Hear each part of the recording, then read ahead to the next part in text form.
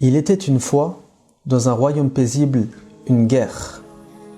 Les pauvres princesses de leur voile vêtues étaient la cible de gueux à l'esprit obtus.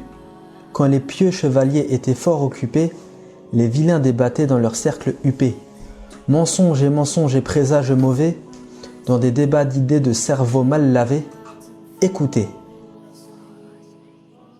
Aurore Berger parle d'hypersexualisation de l'enfant. Oui, bien sûr, ça veut dire que déjà tout petit, on fait comme si... Enfin, parce que vous connaissez le sens du voile qui est de cacher les cheveux qui rappellent le pubis, enfin des choses... Bon, tout ça me paraît effectivement insupportable dans une société. Pour ceux qui ne comprennent pas le contexte de cette vidéo, cette discussion prend part suite à l'ajout polémique d'un article dans le projet de loi contre le séparatisme. Cet article interdirait aux femmes mineures le port du voile dans l'espace public. C'est alors que Gérard Leclerc, en plein plaidoyer pour cet amendement, impute des motivations lâches à tous les musulmans. Comparant les cheveux et le pubis, il nous fait comparer au tribunal télévisé. On a un peu tout entendu au sujet du voile. C'est un étendard de l'islamisme. C'est un signe de soumission de la femme envers son mari. Tout habit ou vêtement qui signifierait pour les mineurs l'infériorisation de la femme. C'est un signe d'endogamie. Le voile n'est pas le symbole de la liberté ou de la soumission des femmes, c'est pas le problème. Le problème, c'est l'endogamie. Mais là, c'est une première. Alors évidemment, ce que dit Gérard Leclerc, c'est un ramassis de foutaises. C'est absent des sources classiques de l'islam, c'est absent de l'imaginaire des masses musulmanes. Mais d'où est-ce que sort cette idée, sauf de son imaginaire déchaîné, imaginaire à califourchon sur son naturel qui revient au galop. Ça, on a l'habitude. Mais ça nous permet d'analyser un phénomène intéressant. Cette obsession de trouver la signification qui se cache derrière ce voile qui fâche. À cette époque où d'année en année, les critères de mode s'allègent et s'affinent, qu'est-ce qui fait que des femmes civilisées s'accrochent autant au foulard si dépassé? C'est qu'il doit y avoir un poil de symbolisme derrière. Face à ce florilège d'interprétations, la première remarque que je pourrais émettre, c'est quand bien même le voile aurait été porté pour toutes ces raisons qui ont été mentionnées, cela n'implique pas que les femmes aujourd'hui le portent pour cela. Le même phénomène existe en linguistique. Il faut différencier l'étymologie de la définition du mot. Et les exemples sont nombreux. Le travail désignait à l'origine un instrument de torture à 3 pieux qui servait à immobiliser les esclaves paresseux. Mais il serait ridicule d'insinuer que le travail tel que compris aujourd'hui désigne un acte de torture. Mais il désigne l'ensemble des activités humaines organisées en vue de produire ce qui est utile. De la même manière, même si le voile était porté pour une raison X ou Y, l'interdire aujourd'hui n'aurait de sens que si 1.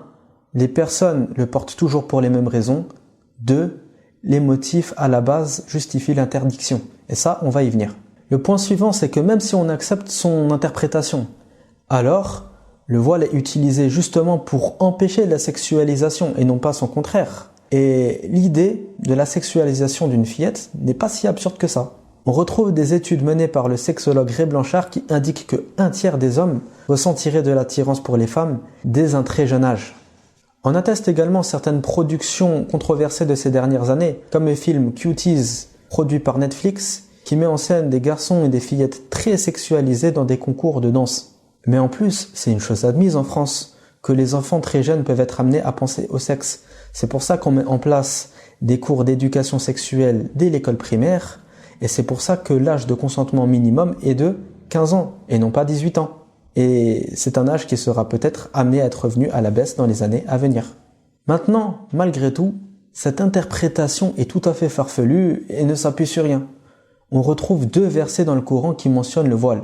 Et à chaque fois, aucune mention d'endogamie, aucune mention de pubis, mais plutôt, le premier verset nous dit « Ceci est plus pur pour vos cœurs et pour leurs cœurs ».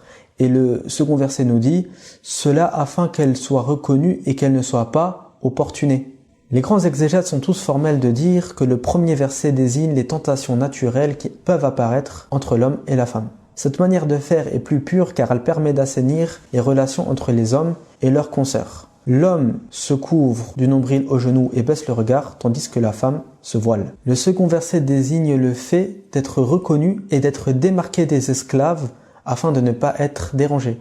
Le célèbre exégète Ibn Kathir nous rapporte qu'il y avait à Médine, à l'époque de la révélation de ce verset, des pervers et des simples d'esprit qui se cachaient la nuit dans les lieux où les femmes allaient pour répondre aux besoins de la nature. Lorsqu'une femme venait sans le voile, ils pensaient qu'elle était esclave et se permettaient de l'opportuner. Lorsqu'une femme venait voilée, ils comprenaient d'elle qu'elle était libre et donc ils la laissaient tranquille. Le voile a donc été rendu obligatoire à toutes les femmes musulmanes afin qu'elles soient reconnues et qu'elles soient laissées en sécurité. Le voile islamique libéra donc la femme.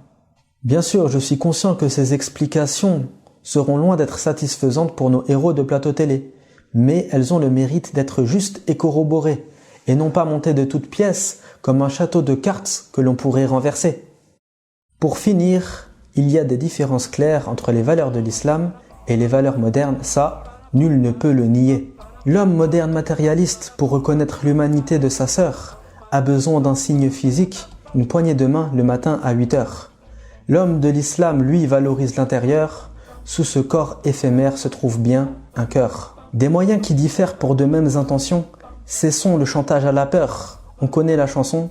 Si pour atteindre mon Seigneur, vers cela je dois cheminer, dis-leur, je préfère être un obscurantiste qu'un illuminé, et pourquoi pas.